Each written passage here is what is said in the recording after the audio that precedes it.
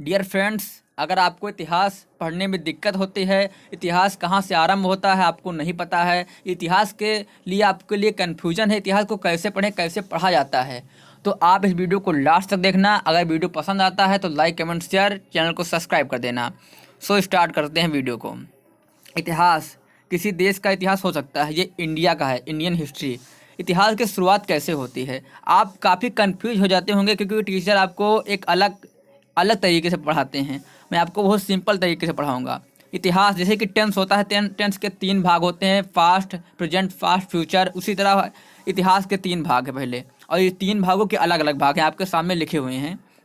पहला भाग है प्रागैतिहासिक काल, जिसे प्राग काल भी कहते हैं, प्राग इतिहास। और दूसरा है आदि इतिहास, आदि ऐतिहासिक काल। और तीसरा है ऐतिहासिक काल।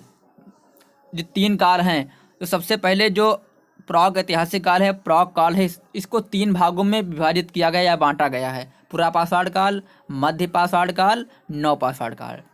डियर फ्रेंड्स, इसके बाद आता है आदि ऐतिहासिक काल। आदि ऐतिहासिक काल में होता क्या है, आदि ऐतिहासिक काल में सभ्यताएं हैं, जैसे कि सिंधु घाटी की सभ्यता, वैदिक सभ्यताएं, और भी जितनी सभ्यता आती हैं वो आदि ऐतिहासिक काल में आती हैं।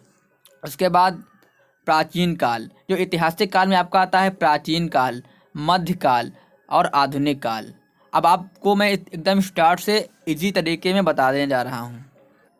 तो स्टार्ट करते हैं प्राग काल से। प्राग ऐतिहासिक काल, इसको 3 भागों में बांटा गया है। नंबर 1 पुरापाषाण काल, नंबर 2 मध्य पाषाण काल, नंबर 3 नवपाषाण काल।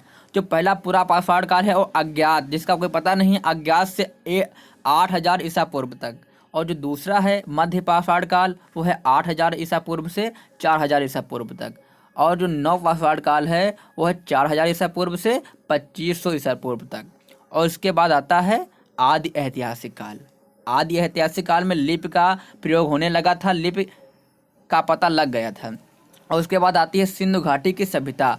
कार्बन 14 के अनुसार सिंधु घाटी की सभ्यता को 2400 ईसा पूर्व से 1700 ईसा पूर्व तक माना गया है, और भी तरीके से माना गया है। आप नीचे देख सकते हैं 2700 वाला और 2250 वाला। उसके बाद आती हैं इसी श्रृंखला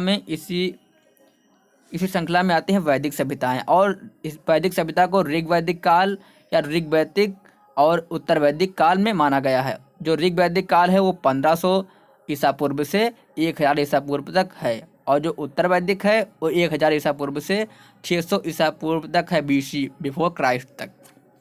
उसके बाद आता है आपका ऐतिहासिक काल, जो इंडियन हिस्ट्री का मेन टॉपिक है। ऐतिहासिक काल सबसे पहले आता है प्राचीन काल, उसके बाद आता है मध्यकाल, उसके बाद आता है आधुनिक काल। जो प्राचीन काल है वो 2300 ईसा पूर्व से 1206 ईस्वी तक।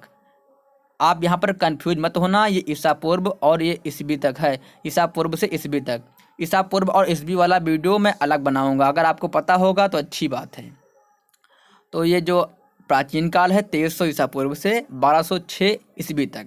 उसके बाद जो मध्यकाल है वो 1206 से 1526 तक। इसमें आता है दिल्ली सल्तनत। और जो 1526 के बाद 1706 तक है वो आता है मुगल काल।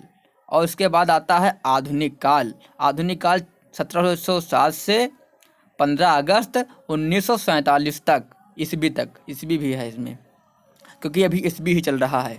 उसके बाद आपको मैं नीचे दिखाना चाहूँगा